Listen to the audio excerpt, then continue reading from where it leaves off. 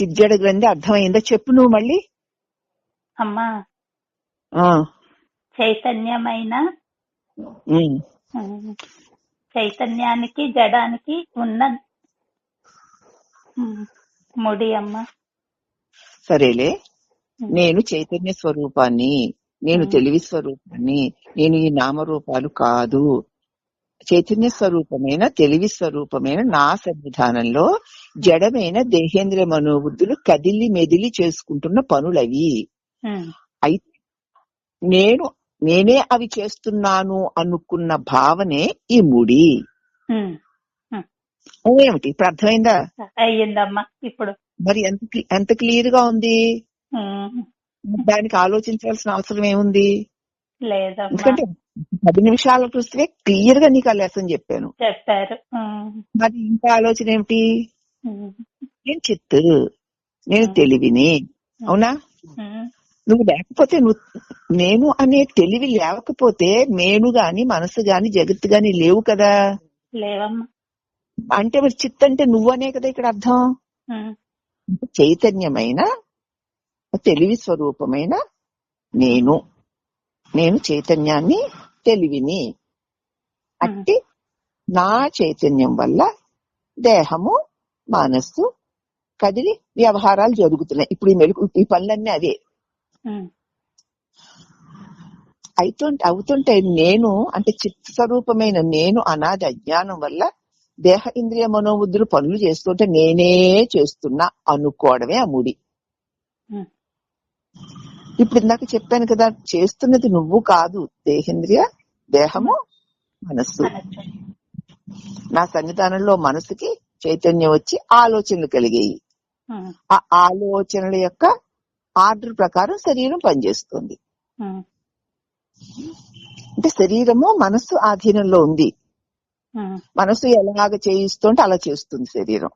అవునా? శరీరం జనం దానికది ఏమీ చేయలేదు. మనస్సు తన వాసనలకు అనుగుణంగా దానికి ఐడియాలు ఆలోచి ఇలా చేయాలి అలా చేయాలి ఎలా అంటే అలా చెయ్యాలి అనేసరికి చేసేస్తూ ఉంటుంది శరీరం. అలా దాని ఆర్డర్ తీసుకుని చేస్తూ ఉంటుంది. అంటే అంచేత శరీరానికి స్వయం శక్తి లేదు గనక మనసు యొక్క ఆజ్ఞానుసారం అది చెలిస్తూ ఉంటుంది. మరి మనసుకి స్వయం శక్తి ఉందా అంటే దానికి లేదు. నా సన్నిధాన బలం వల్ల దానికి శక్తి కలిగి అది తనే స్వయం శక్తివంతుడు అనుకుంటూ శరీరానికి ఆర్డర్ లేసి లోకల్లో పనులు చేయిస్తుంది. సరేలే, ఎన్నో పడిని ఆ శరీరము ఆ మనసు పడుతున్నాయి ఆ తెప్పలు. నీవు ఏమీ చేయడం లేదు, తెలివే అలా ఉన్నావు. నీ సన్నిధాన బలం వల్లే మనసుకు ఆలోచనలు వస్తున్నాయి, శరీరానికి క్రియలు వస్తున్నాయి. అలా జరుగుతుంటే అసలు అలాగే జరుగుతోంది. ఎవరికైనా అసలు తెలిసిన వాళ్ళకైనా తెలియకపోయిన వాళ్ళకైనా సరే. నేనే చేస్తున్నాను అనుకున్న అజ్ఞాన భావనే ఈ గ్రంథి, ఈ ముడి. ఇప్పుడు మనకి ఇది స్పష్టంగా తెలియచేశారు కాబట్టి ఓహో నేను లేకపోతే ఈ మేనుకి ఈ మనసుకి చైతన్యమే లేదు కదా, నా వల్ల అవి రెండు కదులుతున్నాయి కానీ నేను అవి కాను. ఎందుకు కాను? అవి వాటికవే కదలలేకపోతున్నాయి. నేను చైతన్యవంతమే అన్నిటినీ తెలుసుకోగలుగుతున్నాను కానీ మనసు తెలుసుకోలేకపోతుంది, శరీరం తెలుసుకోలేకపోతుంది. అవునా? అవునమ్మా. ఒకవేళ నాయి మనసు తెలుసుకుంటోంది కదా అత్తయ్యనో ఏదో అనొచ్చు. మనసు తెలుసుకునే స్వయం శక్తి లేదు. ఎందుకంటే నిద్రలో కదా అవి పడిపోయి ఉన్నాయి. నేనని అనలా. అదే తెలుసుకోగలిగిందంటే లేచి తెలిసిపోయి రత్నాలని దేశాలని తిరిగి వచ్చేసిందిగా. మన అనుభవం మనకు రుజువు. మరి ఎందుకు అది లేచి వెళ్ళి అన్ని పనులు చేసేయలేదు? కొన్ని శరీరం శవంలా పడున్న మనసన్న విహారాలు చెయ్యాలి కదా. మనసు చేసి శరీరం మంచం మీద పడిపోయినా మనసు విహారాలు చేసి చేసి చేసి అది కూడా పడిపోతుంది కదా. పడిపోతుంది స్వయం శక్తి దాందే. అయితే అది పడిపోకూడదు, ఎప్పుడు తిరగాలి. అది చార్జ్ చేసుకున్న శక్తి ఎంత ఉందో అంతవరకు నిద్రపోదమ్మది.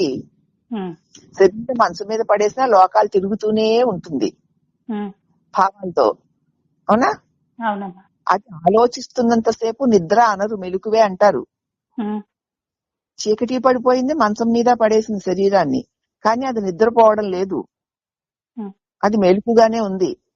ఏమే అప్పుడే పడుకున్నావా, మెలకుగా ఉన్నావా అని అడుగుతాం కదా. ఉమ్, లేదమ్మా మెలకుగానే ఉన్నాను చెప్పండి అంటుంది. ఉమ్, అది పలకకపోతే నిద్రపోయింది అనుకుంటాం మనం. ఉమ్, ఉం? ఉమ్, అంటే మనసు పడిపోయింది. ఉమ్, మనసు పడిపోయేసరికి శరీరం పడిపోయింది, శరీరం పడిపోయేసరికి లోకం పడిపోయింది. ఉమ్. అవునా? అవునమ్మా. ఇవన్నీ ఎందుకు పడిపోయాయి? వాటికి అవే నేను ఉండలేదు.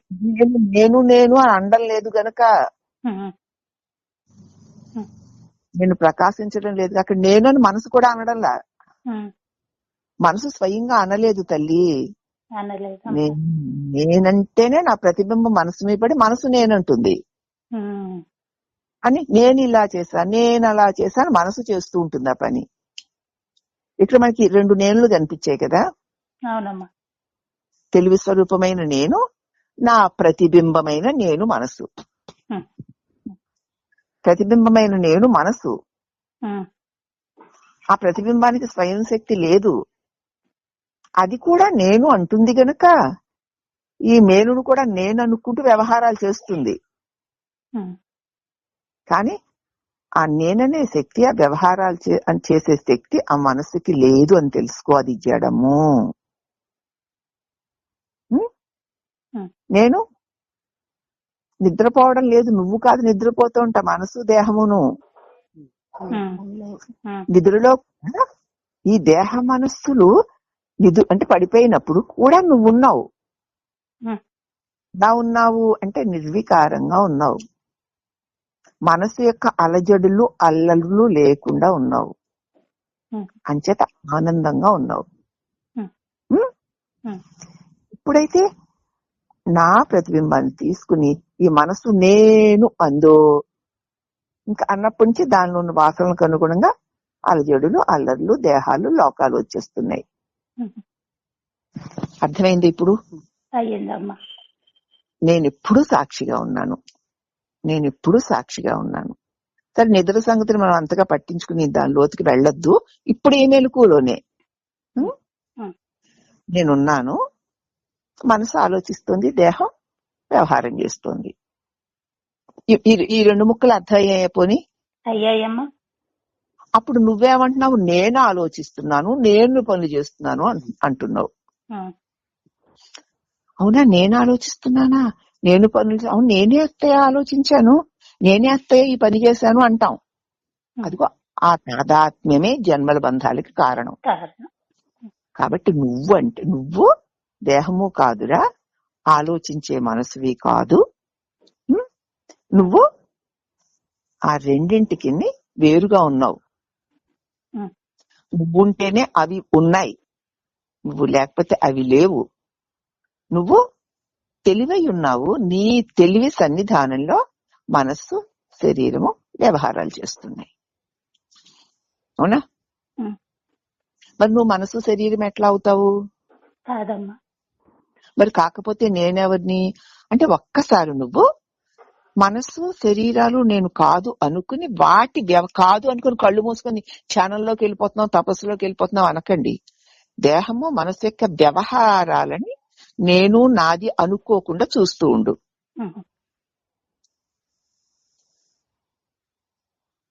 అనుకోకుండా చూస్తూ ఉండు. అలా చూస్తూ ఉండగా నీకు తెలుస్తుంది, ఓహో ఇది మనసు వ్యవహారము, ఇది శరీరం వ్యవహారం, ఇవి నేను కానే కాను అని తెలుసుకున్నప్పుడు ఈ చిజ్జడ గ్రంథి విడిపోతుంది. ఇలా దానికంటే విడిగా ఉన్నవాడవే, వాటికి చైతన్యం ఇస్తున్నవాడవే ఉండి కూడా అది అవి చేసే పనులు నేను చేస్తున్నాను అనుకుంటున్నావు. అనుకోవడం వల్ల ఈ గ్రంథి, ఈ ముడి బాగా బిగిసిపోయింది. ఇప్పుడు కాదు, నా వల్ల అవి గాని వాటి వల్ల నేను కాదు. నేనెవరంటే తెలివి వచ్చాకనే కదా అన్ని తెలుస్తూ ఉంటాయి. మనసు అంటే ఆలోచన, తెలివి రాకుండా మనసు ఏం ఆలోచన చేయగలుగుతుంది? చెయ్యదమ్మా. మనసుకు ఆలోచన లేకుండా శరీరం ఏం పనులు చేయగలుగుతుంది? శరీరం పనులు చేస్తోందంటే మనసు ఆలోచిస్తోందని అర్థం. ఉమ్, మనసు ఆలోచిస్తేనే పనులుంటాయి. ఉమ్, మనసు ఆలోచించకపోతే శరీరానికి ఏ పనులు ఉండవు. ఉమ్, మరి మనసు ఆలోచిస్తుంది. ఎప్పుడు ఆలోచిస్తుంది? నేను అన్న తెలివి దాని మీద పడితేనే. ఉమ్, నేను తెలివిని ఉమ్, నా తెలివి ప్రసారం దాని మీద ప్రసరించింది. ఉమ్, ప్రసరించేసరికి దానికి చైతన్యం వచ్చింది. అది నేను నాది అంటూ వ్యవహారాలు భావాలు ఆలోచిస్తూ శరీరం నేను అనుకొని వ్యవహారం చేస్తుంది. ఇప్పుడు వ్యవహారం ఎవరిది? మనసుది, మనసుది. శరీరాంది. ఉమ్, మనసుది, శరీరాందిను. ఉమ్, మనసు శరీరం కలిసిపోయి ఉన్నాయి. ఉమ్, అంచేత మనసు చెబుతోంటే శరీరం చేస్తుంది. మళ్ళీ ఇక్కడ కూడా విడిగానే ఉన్నాయి. ఉమ్, మనసు చెబుతోంటే శరీరం చేస్తోంది. అవునా? మనసు చేయిస్తోంది, శరీరం చేస్తోంది. ఉమ్, అవునా? ఉమ్, మళ్ళీ మనసు అనుకుంటుంది, శరీరంతో తను చేయిస్తూ శరీరమే నేను అనుకుంటుంది. అది. ఉమ్, తను ఇలా చేయాలి, అలా చేయాలి అని అంటోంది. ఇలా అది అందో లేదో ఈ శరీరం చేసేస్తోంది. ఉమ్, ఇంకా సరిగ్గా ఇంకా భావన పూర్తిగా పూర్తి అవ్వదు. దాని ఆర్డర్ తీసుకొని చేసేస్తుంది. అంత క్విక్ గా చేసేస్తుంది శరీరం. ఉమ్, అలా రెండిటికి ఆలోచన కార్యంగా మారడానికి చిన్న గ్యాపే ఉంటుంది. ఆ గ్యాప్ ను గుర్తించకుండా చేయడం వల్ల నేనే చేస్తున్నానని మనసు అనుకుంటుంది. ఉమ్, ఆ గ్యాప్ ను గుర్తించట్లా. అవునమ్మా. ఇలా అలా వెళ్తాను అని ఇంకా మనసు పూర్తిగా అనదు. నా కాళ్ళు వెళ్ళిపోతుంటాయి. ఉమ్, అది పూర్తిగా అనదు. ఉమ్, ఇంకా అలా లోపల అనుకుందో లేదో అంతే, కాళ్ళు లేచి వెళ్ళిపోతాయి. ఉమ్, అవునా? అవునమ్మా. అందుచేత మనసుకి శరీరానికి నడుమ ఉన్నటువంటి ఆ గ్యాప్ మనకి తెలియకపోవడం చేత మనసు ఆలోచిస్తుంటే, దేహం వ్యవహారం చేస్తుంటే మనసు నేనే చేస్తున్నాను అనుకుంటుంది. ఉమ్, కానీ చేస్తున్నది శరీరం, ఉమ్, చేయిస్తున్నది మనస్సు. శరీరానికి మనసు యజమాని. ఉమ్, దాని ఆర్డర్ ప్రకారమే జరుగుతుంది. నేను చేస్తాను అని ఖచ్చితంగా అది అనుకుంటేనే శరీరం పనిచేస్తుంది. నేను చేయను అనుకుందంటే దిమ్మలా కూర్చునే ఉంటుంది శరీరం. అవునా? ఉమ్, మరి మనసు ఆర్డర్ లో శరీరం ఉందా? శరీరం ఆర్డర్ లో మనసు ఉందా? మనసు ఆర్డర్లోనే శరీరం ఉందా? మనసు ఆర్డర్ లో శరీరం ఉంటే మరి మనసు శరీరం ఒకటెట్లవుతాయి? కాదమ్మా. ఇప్పుడు ముందు మనస్సు నుంచి శరీరాన్ని విడదీసుకోవడం నేర్చుకుంటే ఉమ్, ఇంకా అనుకోవడం ఇంకా అవ్విందో లేదో పని జరిగిపోతుంది. అవునా?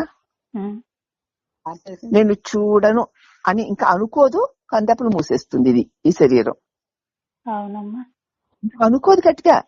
ఉమ్, ఆ థాట్ అలా వచ్చేసరికి శరీరం అమలు చేసేస్తుంది. కాబట్టి మనసు యొక్క ఆధీనంలో శరీరం ఉంది. మనసు శరీరం చేత పనులు చేయిస్తుంది. ఎందుకు చేయిస్తుంది? మనసుకి స్వయంగా అనుభవాలు, విషయ అనుభవాలని అనుభవించే శక్తి లేదు. ఉమ్, దానికి అదే మనసు భావించుకుంటూ అనుభవించలేదు. భావనతో అనుభవించుకుంటే తృప్తి తీరదు దానికి. దానికి విషయ అనుభవాలు కావాలి గనక దానికి ఉపయోగపడే శరీరం అనే పరికరాన్ని వాడుకుంటూ ఉంటుంది. అబ్బా. ఆ, శరీరం అనే పరికరం లేకపోతే మనసు విషయ అనుభవాలను అనుభవించలేదు. ఉమ్, మనసుకి విషయ అనుభవాలు కావాలి. ఉమ్, కావాలి అంటే అది అనుభవించడానికి తగిన పరికరం ఉండాలి. ఈ శరీరము మనసుకి విషయ అనుభవాలు అనుభవించడానికి పరికరం. ఉమ్, అందుకని ఈ పరికరం దానికి ఎంతసేపు విషయ అనుభవాలు కావాలి కాబట్టి ఈ పరికరాన్ని కౌగిలించుకొని ఉంటుంది మనసు, వదిలిపెట్టదు. అవునమ్మా. ఉమ్, అది అక్కడ అందుచేత జరుగుతుంది. మనసుకు శరీరంతో తాదాత్మ్యత ఇంత గాఢంగా ఉంది. ఉమ్, ఉండడం చేత ఒకవేళ శరీరం పని చెయ్యలేక పడిపోతే వెంటనే మరొక శరీరంలోకి చేరిపోతుంది కదా. ఉమ్, దేహమును పట్టుకుని పుట్టును, దేహమును పట్టుకుని పెరుగును, దేహమును వీడి దేహమును పట్టుకును అహంకార పిశాచము. ఉమ్, ఈ దేహం ఇలా పోయిందా, మరి దానికి విషయానుభవాలు కావాలి కాబట్టి మళ్ళీ వెంటనే ఇంకొక దేహం కోసం తాపత్రయపడుతూ ఉంటుంది. మళ్ళీ ఇలా దేహాలు వస్తూ ఉంటాయి. దానికి విషయాలు కావాలి కాబట్టి అనుభవించడానికి దేహం కావాలి. దేహం లేకపోతే మనసుకి విషయ భోగాలు అనుభవించడానికి అవకాశం ఉండదు. అంత దేహాలు వస్తున్నాయి. మరి విషయ భోగాలు కావాలి అనుకునే మనస్సు నాకు నేనే స్వయంగా ఈ విషయ భోగాలను అనుభవించగలనా, నేనే స్వయంగా ఈ విషయ భోగాలను నేనే అనుభవించాను కదండి, నేనే తిన్నాను కదండి, నేనే చూశాను కదా, నేనే అన్నాను కదా అంటుంది. కానీ నేను అనుకున్నాను చేశాను అని అనుకుంటున్న మనస్సు నిజంగా అది అనుకుంటే ఇది పని చేస్తుంది. కానీ ఏది అవ్వాలనుకుని అది చేసిందో అదే అవుతోందా బయట? అవ్వచ్చు, అవ్వకపోవచ్చు. అంచేత అది చాలా సార్లు హర్ట్ అవుతూ ఉంటుంది అనమాట. అయ్యో ఇలా అనుకున్నానే, ఇలా చేశాను కదా, అలా అవ్వలేదేమిటి, అలాగే నేను ఇలా అనుకున్నాను ఇలా చేశాను కాబట్టి అలా అయిపోయింది అని విరవీగేది ఆ మనసే. అదే నేను ఇలా అనుకున్నాను ఎంత కష్టపడి ఇలా చేశాను అలా అవ్వలేదు అని బాధపడేది ఆ మనసే.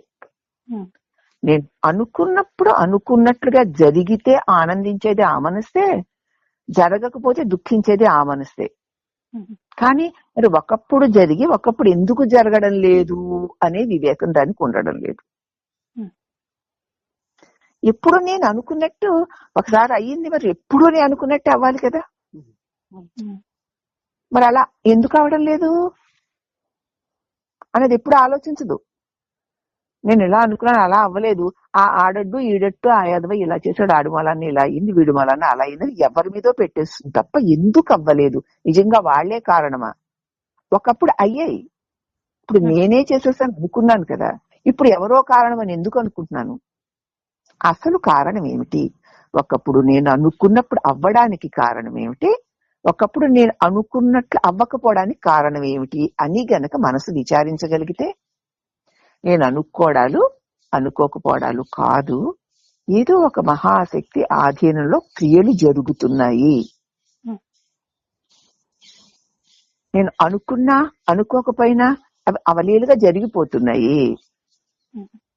జరిగిపోతుంటే నేనే అనుకున్నాను నా వల్లే అయిపోయింది అని ఇక్కడ కూడా బాహ్య వ్యవహారాల్లో కూడా తాను అలాగ తాదాత్మ్యం చెందుతూ ఉంటుంది.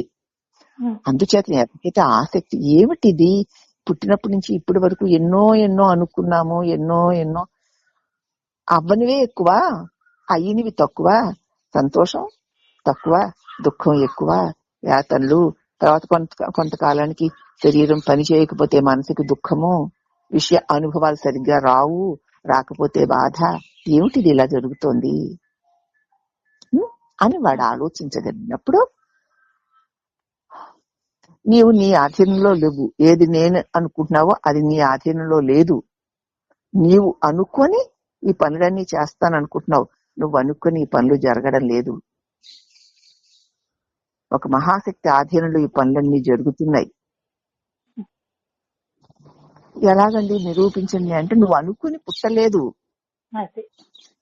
అనుకుని జరగడం లేదు. నువ్వు అనుకుని నీ జీవితంలో కొంతమంది వస్తున్నారు, కొంతమంది వెళుతున్నారు, వాళ్ళు నువ్వు అనుకున్న వాళ్ళే రావడం లేదు, అనుకున్న వాళ్ళు ఉండడం లేదు. అలాగే ఈ కష్ట సుఖాది అనుభవాలు కూడా నీవు అనుకోవడం వల్ల నువ్వు చేయడం వల్ల వచ్చినవి కావు.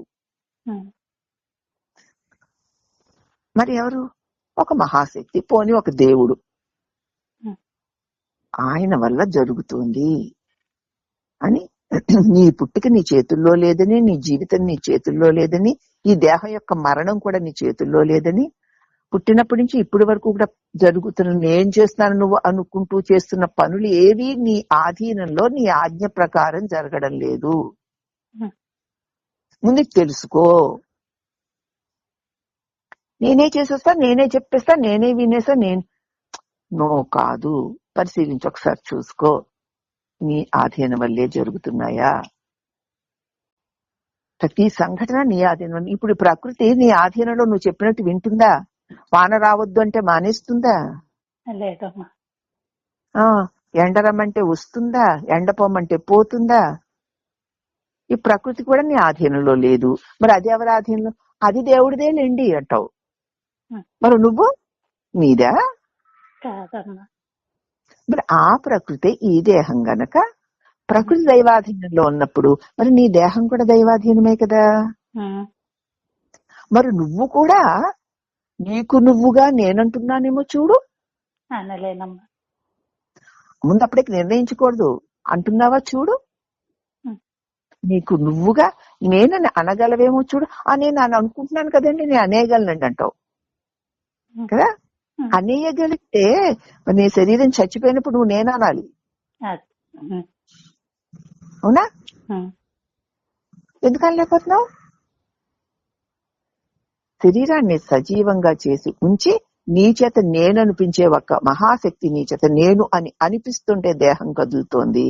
నువ్వు నేనని అంటున్నంతసేపు దేహం కదులుతూ వ్యవహారాలు చేస్తుంది. నువ్వు ఎప్పుడు నేనని అనలేదో దేహం కూడా అనలేవో ఇప్పుడు దేహం కూడా శవాలే పడిపోతుంది. అంటే నువ్వు నీకు నువ్వుగానే నేనని అనలేవని. అనగలిగితే చస్తావేమిటి, దేహాన్ని చావనిస్తావేమిటి?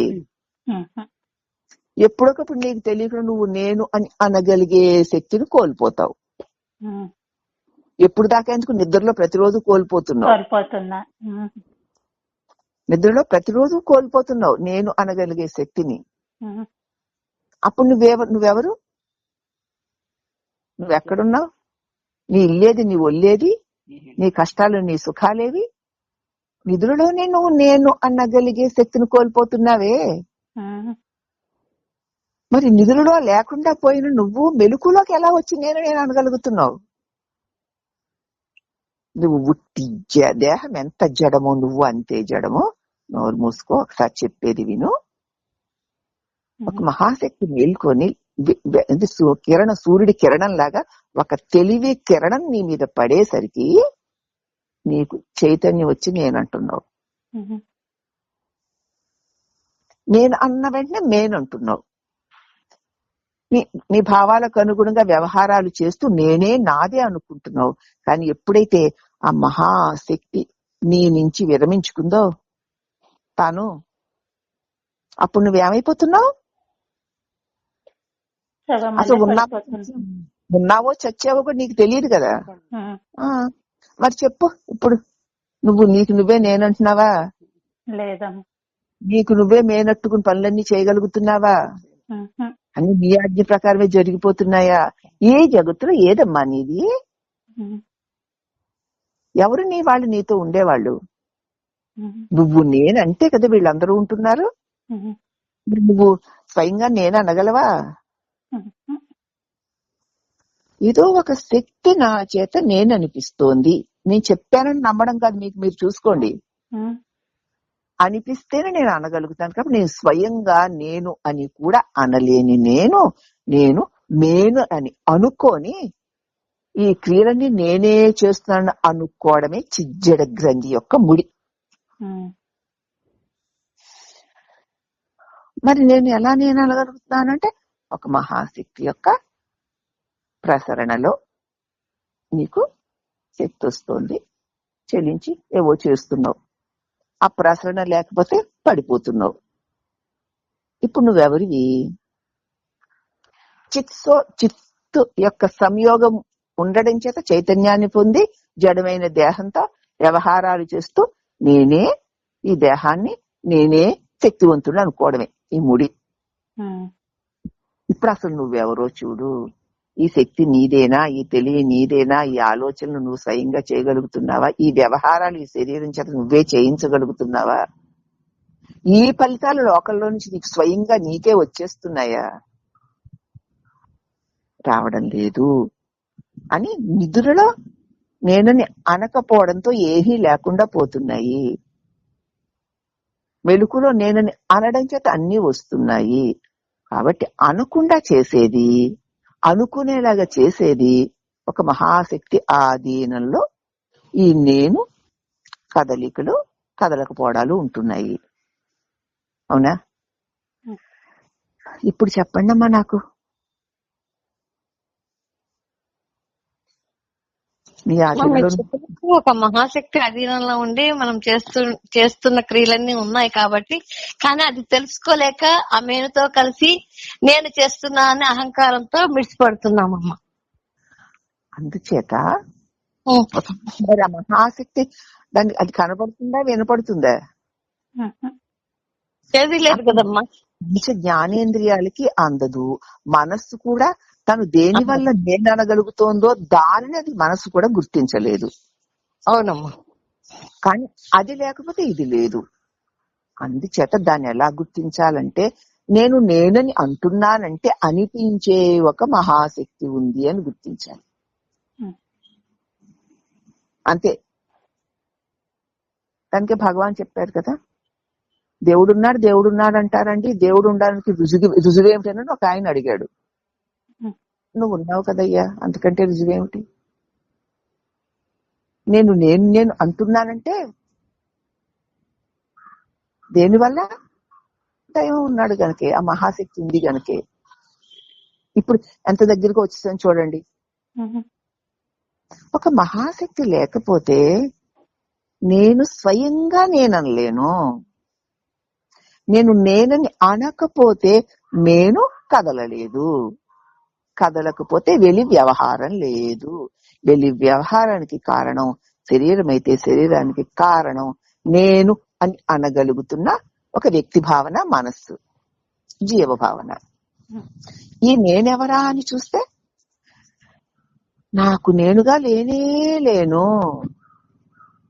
ఒక మహాశక్తి యొక్క శక్తి ప్రసరణలో ఉండగలిగి ఆ శక్తి వల్ల కదిలి మెదిలి వ్యవహారాలన్నీ జరుగుతుండగా నేనే అని అనుకోవడమే చిజ్జడ గ్రంథి.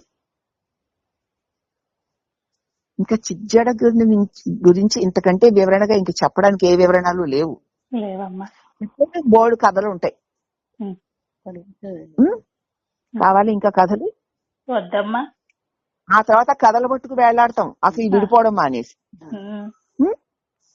అంచేత నాకు నేనని అనలేను.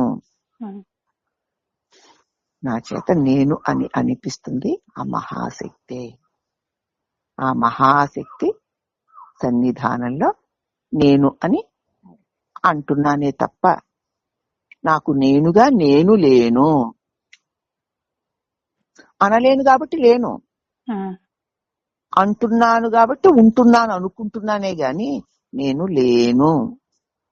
ఎందుకంటే దానికి లేదు కదా. కరెంటు లేకపోతే ఫ్యాన్ ఉన్నా లేనిదే కదా.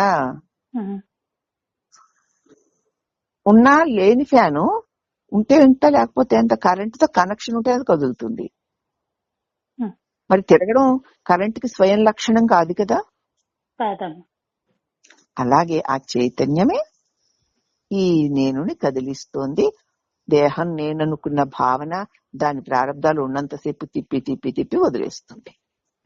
వదిలేస్తే పడిపోయి కదిలిస్తే కదిలే ఈ జడమైన నేను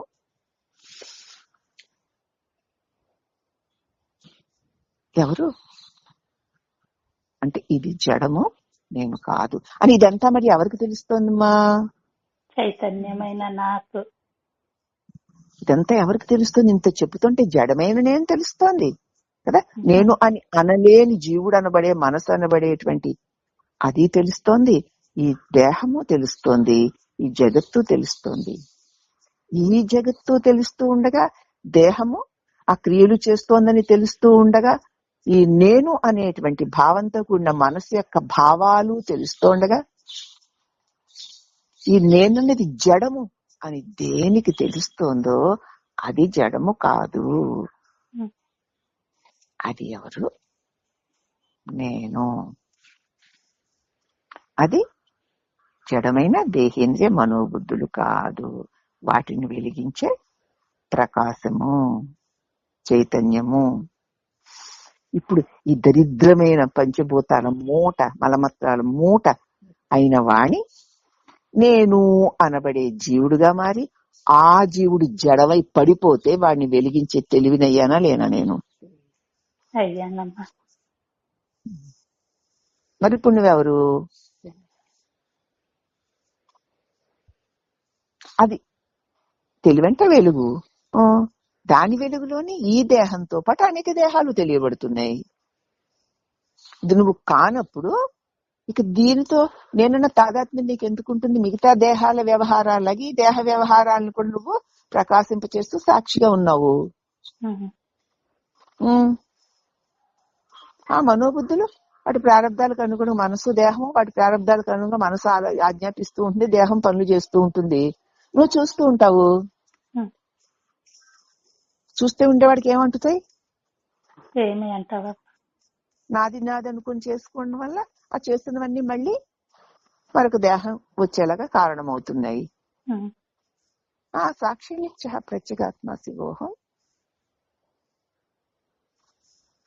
నా సన్నిధానంలో నా దేహం, నా సన్నిధానంలో నా మనసు. వాటి ప్రారంభం. ఇప్పుడు ప్రారంభం ఎవరిది? మనసుది, దేహాందిను. నా ప్రారంభం అంటావేంటి? నీకు ప్రారంభం ఏమిటి? నువ్వు దేహమో మనసు అయితే నీకు ప్రారంభం. ఇప్పుడు ప్రారంభం అంటే నీకెవరు ఉంటే ఉండుగాక. అవి మనసుకి దేహానికి. అసలు మనసుకే దాని వ్యవహారానికి దేహం వచ్చింది మనకి. దేహానికి ఏ ప్రారంభము లేదు, పడిపోతుంది అది. నువ్వు పంచపక్ష పరిమాణాలు పెట్టినా ఏమి పెట్టకపోయినా ఒకప్పటికి అది పడిపోతుంది. మనసుకే అంటే నేను అన్న అహంకార వ్యక్తిత్వ భావనకే ప్రారంధాలు ఉంటాయి. అవునా? అది కేవలం భావనే. ఆ భావనే జీవుడు. వాడెప్పుడైతే నేను స్వయంగా లేను, నేను ఈ మేను నాది కాదు, ఈ జగత్తులో ఏదీ నాది కాదు, అసలు నేనే నాది కాదు అని తాను నేను వాగడం మానేసి ఊరుకుంటే, ఎలాగో వీడు కానివాడే కాబట్టి ఈ కానివాడు మాయమైపోతాడు. అయిన నీ దివ్య ప్రకాశం నువ్వు సదా సమస్తానికి సాక్షిగా ఉంటావు అని చెప్పారు. మరి నిన్న దాన్ని కూడా దేహాన్ని తన నివాసంగాను ఆ దేహమే నేను అని ఎంచి అవిద్యతో జీవిస్తున్న జీవుని బ్రతుకు విన్నారా? దేహాన్ని తన నివాసంగా భావించి ముందేమో దానిలో ఉన్నవాడు అన్నాడు, తర్వాత అదే తానయ్యాడు అనుకుంటున్నాడు. దేహమే నేను అని ఎంచి అజ్ఞానంతో జీవిస్తున్న జీవుని బ్రతుకు పరమాత్మ, అఖండ పరమాత్మ అయినటువంటి ఆ పరమాత్మ యొక్క ప్రకాశంలో కల్పితంగా చూసే ఒక కళే. ఇప్పుడు నువ్వు సాక్షిగా చూస్తున్నప్పుడు ఏవో మనసు శరీరం ఏవో పనులు చేస్తున్నాయి అంతే. ఇవి కాసేపే రకరకాలుగా ఉంటాయి, సినిమాలో బొమ్మల్లాగా. ఒక కళే అలా కనిపిస్తూ ఉంటుంది అంతే, తప్ప నిజం కాదు. మంగళ స్వరూపము శివము అంటే, అహంకార జీవితం అంటే రోత పుట్టించే మురికి కోపము. రోత పుట్టించే మురికి కోపమే అహంకారం. అది ఎంతసేపు ఇష్టాలు అయిష్టాలు, రాగాలు ద్వేషాలు, కష్టాలు, ఏడుపులు, ప్రేమ, అభిమానాలు, ఈ జంఝాటాల్లోనే ఉంటుంది. అది దాని కుదురు కుమ్ము ఉండదు, సుఖము శాంతి ఉండవు. ఉన్నాయని భ్రమిస్తూ ఉంటుంది, వస్తాయని భ్రమిస్తూ ఉంటుంది, దానికి ఏమీ రావు. అదే అహంకార జీవితం. అహంకార జీవితం నుంచి నువ్వు బయటపడాలి అంటే నీ స్వరూపం శివమంగళ స్వరూపం, ప్రకాశ స్వరూపం. నాకు చావు పుట్టుకలు లేవు, నాకు రాకపోకలు లేవు. నిద్రలో పోయి వెలుగులో వచ్చేవాడిని కాను. నేను ఎప్పుడూ ప్రకాశమే అయి ఉన్నాను. నా సన్నిధానంలో దేహేంద్రియ మనోబుద్ధులు మిగతా అన్ని రూపాలును కదిలి మదులు పనులు చేసుకుంటున్నాయి. కాబట్టి ఇవన్నీ నా చేత తెలియబడేటువంటి తెర మీద బొమ్మల వంటివే అని తెలుసుకోవాలి. అలాగే దేహం నేను అనే అహంకార రూపంతో వ్యవహరించి జీవుడు కూడా ఈ ప్రపంచం అనే చిత్రంలో ఒక బొమ్మే కదూ. ఈ నేను ఒక బొమ్మేనా? ఈ మేనుని నువ్వు సాక్షిగా చూస్తున్నావుగా. చూస్తున్నాము. అనేక బొమ్మలతో ఈ బొమ్మను ఉమ్, అనేక బొమ్మలతో ఈ బొమ్మను ఎన్నిసార్లు చెప్తాం? స్థిరంగా శాశ్వతంగా ఉన్నటువంటి నీ తెలివి స్వరూపం అనే తెర మీద ఉమ్, ఉమ్, కదిలే బొమ్మలే ఈ జగత్తంతాను. ఆ బొమ్మల్లో ఈ దిమ్మ ఒక బొమ్మ అంతే. నీ కలలో నీకు కల వచ్చింది. నీ కలలో అనేక రూపాలతో పాటు ఒక రూపము, ఈ మెలకువలో ఉన్నటువంటి ఈ స్థూల శరీరము లాంటి ఒక రూపం అక్కడ కనిపించింది. ఉమ్, మెలకువలో ఈ స్థూల శరీరం, ఈ వాణి అనేది నేను అన్న భావన నాకు ఉంది కదమ్మా. అవునమ్మా. అక్కడ ఈ స్థూల శరీరం లేదు, భావన రూపమైన ఒక వాణి ఉంది అక్కడ ఉమ్, కలలో. ఉమ్, అది ఎన్నెన్నో కష్టాలు పడుతుంది, ఎన్నెన్నో సుఖాలు అనుభవిస్తోంది. కాసేపు ఆహా ఆహా అంటుంది, అక్కడికి వెళ్ళింది ఇక్కడికి వెళ్ళింది, ఇలా పుట్టేసింది. ఈ లోపు 30 ఏళ్ళు 40 ఏళ్ళు 50 ఏళ్ళు, దీనిలో పెళ్ళిళ్ళు పేరంటాలు విడాకులు పెడాకులు, ఆళ్ళకి పిల్లలు వీళ్ళకి అన్ని వచ్చేసాయి. ఉమ్, ఉం? అన్ని వచ్చి కాసేపు ఏడిసింది, కాసేపు నవ్వింది, కాసేపు ఏదేదో చేసింది. చేసిన తర్వాత అది పోయింది, మెలకు వచ్చేసింది. అంటే కళ పోయింది, మెలకు వచ్చిందంటే కళ పోయిందని అర్థం. ఉమ్, మరి దాన్ని చూసిన వాడెవడు? ఎవరు చూశారు దాన్ని? నీ కళని ఎవరు చూశారు? నేనే అమ్మా. తెలివి నువ్వే చూసావు కదా. మరి నువ్వు అవును. మిగిలే కళలో ఒక బొమ్మగారు, అది వాణమ్మ గారో ఎవరో, ఆవిడ ఎన్ని కష్టాలు పడిందో, ఎన్ని బాధలు పడిందో, ఎన్ని ఏడ్చిందో, ఎంత పొంగిందో, ఎంత కుంగిందో. మరి అదేది ఇప్పుడు? లేదమ్మా.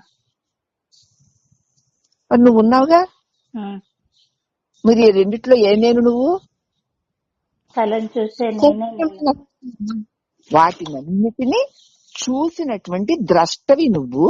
అవి దృశ్యాలు, ఉమ్, అవి పోయాయి, ద్రష్టగా నువ్వు మిగిలావు. ఉమ్, అవునా? మరి కళలో వాణేది? కళలో ఒక వాణేది ఇప్పుడు? అది లేదు. కళ కదండి, ఇప్పుడు ఏముంటుందండి? మరి కళ్ళలో వాణి ఉండదు కదండి. ఉమ్, ఎందుకంటే కళ్ళలో వాడిపోయిన ఇళ్ళలో దెమ్ముందిగా, మళ్ళీ మెలకువలో, అందుకని నిశ్చింతగా చెప్పేస్తావు. అది. అవునా? అవునమ్మా. మళ్ళీ దెమ్ము ఉందిగా ఇక్కడ. ఉమ్, అదిగో అక్కడ సూక్ష్మంగా ఉంది, ఇక్కడ స్థూలంగా ఉంది అంతే. ఆ బొమ్మ ఈ బొమ్మ అంతే. ఉమ్, ఆ బొమ్మ యొక్క సుఖ దుఃఖాది రూపమైనటువంటి ఆ వ్యవహారం అంతా కలిగి తొలగిపోయింది, నేను మిగిలే ఉన్నాను. అలాగే మెలకువలో ఈ దిమ్మ, దీని సుఖ దుఃఖాది వ్యవహారాలన్నీ కూడా నిద్ర వస్తే తొలగిపోతాయి. ఉమ్, అయినా నేను లేనని అనం కదా. ఉమ్, మరి కళ కంటే ఇదేమైనా గొప్పదా? కాదమ్మా. గతంలో మెలకువలన్నీ కళలైపోయాయి కదా, కళ్ళలైపోయాయి కదా. ఉమ్, మరి ఈ మెలకువ కళ్ళే కదా. ఉమ్, కానీ నువ్వు కళ కాలేదు కదా. కాదమ్మా. వేల మెలకువలు వచ్చాయి, ఉమ్, దానిలో వేల అనుభవాలు వచ్చాయి. ఉమ్, అవన్నీ వెళ్ళిపోయావు, నువ్వు అలాగే ఉన్నావు. ఉమ్, అలాగే ఎన్నో వేల కళలు వచ్చాయి, అవి వెళ్ళిపోయాయి, నువ్వు అలాగే ఉన్నావు. అలాగే ఏవీ లేని నిద్రలు వచ్చాయి, అవి వెళ్ళిపోయాయి, నువ్వు అలాగే ఉన్నావు. ఉమ్, ఇప్పుడు నువ్వెవరివి? చైతన్యమే నేను. అవి వచ్చి వెళుతూ ఉంటే వాటికి సాక్షినే ప్రకాశిస్తున్నటువంటి జ్ఞానాన్ని, లేకపోతే తెలివి, దానికి పేర్లు జ్ఞానమని, తెలివని, ప్రకాశమని, ప్రజ్ఞని, ఆత్మ అని ఉమ్, పేర్లు. ఇప్పుడు నువ్వెవరు?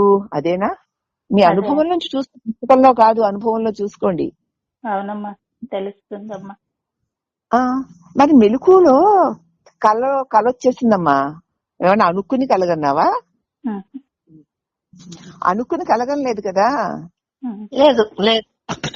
అలాగే అనుకునే ఈ మెలకు, ఈ జన్మ నాకు రాలేదు. ఉమ్, కళలోకి ఒక దేహము, ఒక అనుభవాలు ఎట్లాగ నువ్వు అనుకోకుండా వచ్చేసాయో, వచ్చేసి ఏవో అనుభవాలు వచ్చేసి వెళ్ళిపోయాయో, ఉమ్, అప్పుడు అమ్మ నాకు ఇది బాగోలేదు, ఇది మారాలని అనుకున్నావా కల్లో? ఉమ్, అసలు అనుకుని ఏదో దాన్ని అంగీకరించేస్తూ పోయావు. అవునమ్మా. ఏడుపు వస్తే ఏడుస్తావు, నవ్వు వస్తే నవ్వు వచ్చేస్తావు, తిడితే తిట్టావు, కొడితే కొట్టావు, బాధలు పడితే పడ్డావు. కానీ అక్కడ ఏమైనా వ్యతిరేకం వచ్చిందా? రాలేదు. నిలబడలేదు కదా. ఉమ్, కల వెళ్ళిపోయింది, నువ్వు మళ్ళీ మిగిలావు.